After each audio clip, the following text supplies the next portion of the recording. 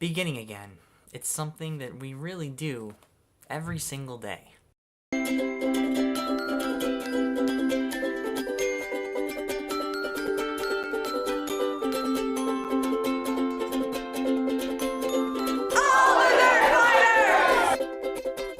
So in 2009, I went to this leadership workshop that changed my perspective because it made me think about mission statement purposes. It was like a 1-week-long leadership training workshop in the Adirondack Mountains through youth leadership that I've done. And I'd had important conversations with my parents and I talked to people about it, but I'd never had that much of an in-depth look at ideas and how things work and how things happen and how things develop.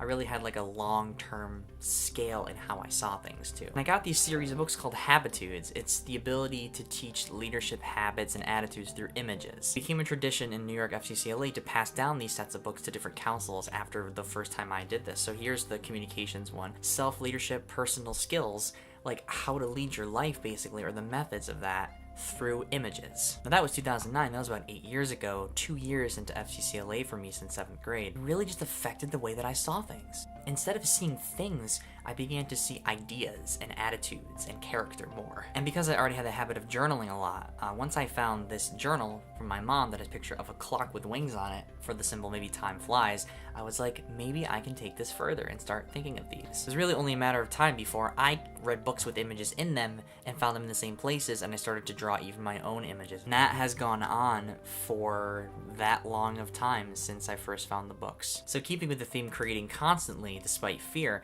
last year I tried the daily vlogging thing again like I had in 2013 with Project Chronicle, or maybe 2014 I think it was, and I decided to daily vlog, journal my day and reflect at the end of the day, read one page a year ago, and try to draw an image in the image journal, and try to write a blog post. In addition to doing home chef meals, that was way too much for me to accomplish. So at the beginning of this year, instead of trying to do the blogging, the journaling, the image drawing, all of that stuff, I'm glad I did that, honestly. I'm glad that I vlogged last year up until my birthday, about May, I think, every single day on the Polka Dots channel.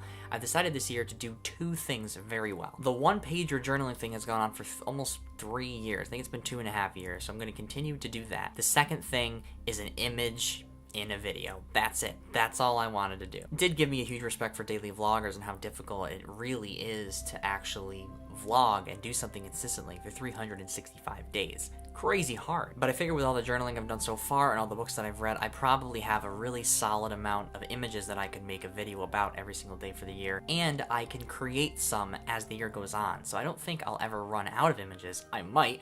I don't know how many are in that journal. There's probably a few dozen.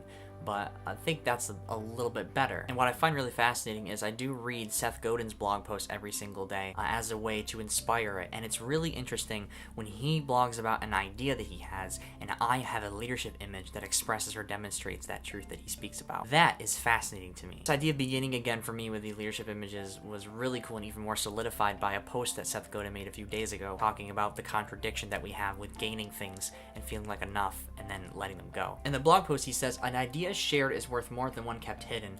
Opportunities pass from one to another, create connections which lead to more opportunities. Open doors lead to forward motion. A lot of creativity and creating value is about weaving your ideas and weaving it between people and creating communities, I've realized, because if you have ideas and you never share them and you never put them out, or you never put out that value, you can't really make connections with it. He says trust and connection and utilization support forward motion. Winning doesn't usually involve demolishing the opposition, right? That's a win-lose mentality. Instead, for us, it's about weaving. It's about making connections with people in our market, or people that are like our ideas. I'm thinking about Road to Nerfiteria. That's a great idea. Just things that an audience can sort of uplift and nurture over time so that it consistently creates value. We're not paying things forward, we're launching them forward, and it will boomerang back to us eventually, somehow in some form, if we do it enough and if we do it with enough generosity. So to go along with beginning again and telling a story every single day, you could think of a leadership image as a new perspective on reality, or a little slight nudge in a perspective. Like it's a way to see things that are almost invisible to us because it focuses more on the relationship between things, which is harder to understand than simply you know, the thing, like a marker, a symbol for something much greater and much more complex. So that's the reset button I've hit. If you would like to check it out on Polkadot's channel, I'll put a link below to the latest one. I haven't run out of an image yet, and I've done a different image every single day, even though the ideas between them might be similar. A different object, a different analogy. It's really a focus on the power of metaphors. I'm reminded by Zay Frank, now let me use metaphors to help me understand the world and discard them when I no longer find them useful. That is, in essence, probably the core of what I'm doing with all these ideas, and sharing them. Sharing them is the most important part. So that is just one way I'm starting from scratch and beginning my story and hitting my reset button this year, with the focus more on doing specific things in remarkable ways instead of trying to do all the things, which can be surface level and very tempting, but not always productive. Keeping you DFTBA, everybody Polka, and if nobody makes a video tomorrow for Tuesday, Panina, we will see you on Wednesday. See ya.